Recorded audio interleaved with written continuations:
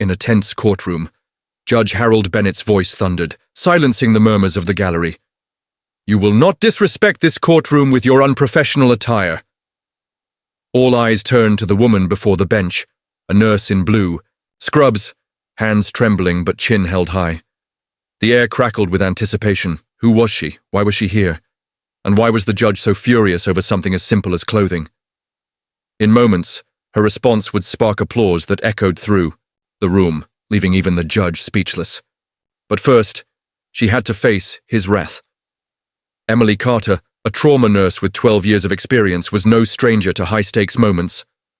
Her world was one of split-second decisions, blood-stained scrubs, and holding hands through life's darkest hours.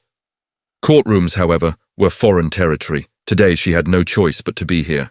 Her patient, a young boy named Miguel, had been struck by a drunk driver. The driver's high-priced lawyer was twisting the truth, painting Miguel as reckless. Emily knew better. She'd seen the driver run a red light. She had to testify. There was no time to change.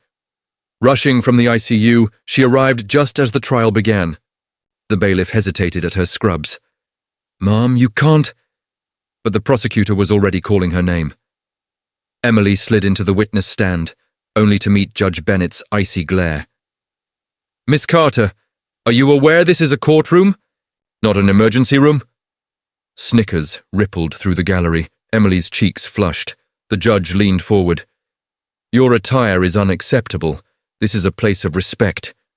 Emily gripped the stand, catching the defendant's smirk from the corner of her eye. The prosecutor interjected, "Your Honor, Miss Carter is a critical witness." The judge snapped, "Then she should have dressed like one." Emily's pulse pounded. Then she saw Miguel's mother in the front row, tears streaming down her face. Something inside her ignited. The judge sighed.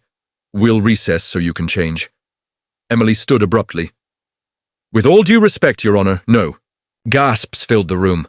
She pointed to a bloodstain on her sleeve.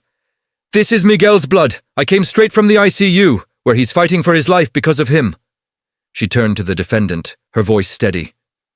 "You want respect? Respect is showing up. Respect is telling the truth even when it's hard. So, no, I won't change, because this," she gestured to her scrubs, "is what honor looks like." Silence gripped the courtroom. Then, a single clap. Miguel's. Mother stood, followed by the jury, then the entire gallery. Applause erupted. Judge Bennett's gavel hovered, unused. He sat back, his expression softening. After a long pause, he nodded. "Proceed, Miss Carter." As Emily testified, the defendant's smirk faded. Her truth was undeniable, cutting through the lawyer's distortions. When she stepped down, the bailiff gave her a quiet nod of respect. Sometimes respect isn't about the clothes you wear, it's about the courage to stand in them. If this story moved you, share it with others, and let us know your thoughts below. Moral of the story. True respect is not defined by outward appearances or adherence to formalities, but by the courage to stand for what is right, even in the face of judgment. Emily Carter's story teaches us that honor lies in authenticity, an action.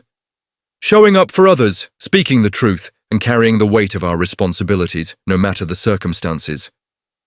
In a world quick to judge based on superficial standards, her defiance reminds us that real respect is earned through integrity and compassion. It challenges us to look beyond the surface, to value the substance of a person's character, and to stand firm in our convictions.